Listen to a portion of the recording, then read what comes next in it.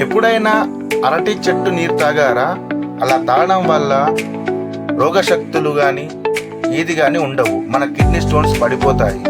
చెట్టుని కింది భాగంలో కట్ చేసి గుంటలాగా తవ్వి ఆ పైన కప్పుగా కట్టాలి. ఆకును కప్పుగా కట్టి 24 hours 24 గంటల తర్వాత ఆ కప్పు తీసేస్తే అందులో తెల్లని నీరు మీకు కనబడుతుంది. ఆ తెల్లని నీరుని మీరు గ్లాస్లో గార్నీతో పడబోయాలి.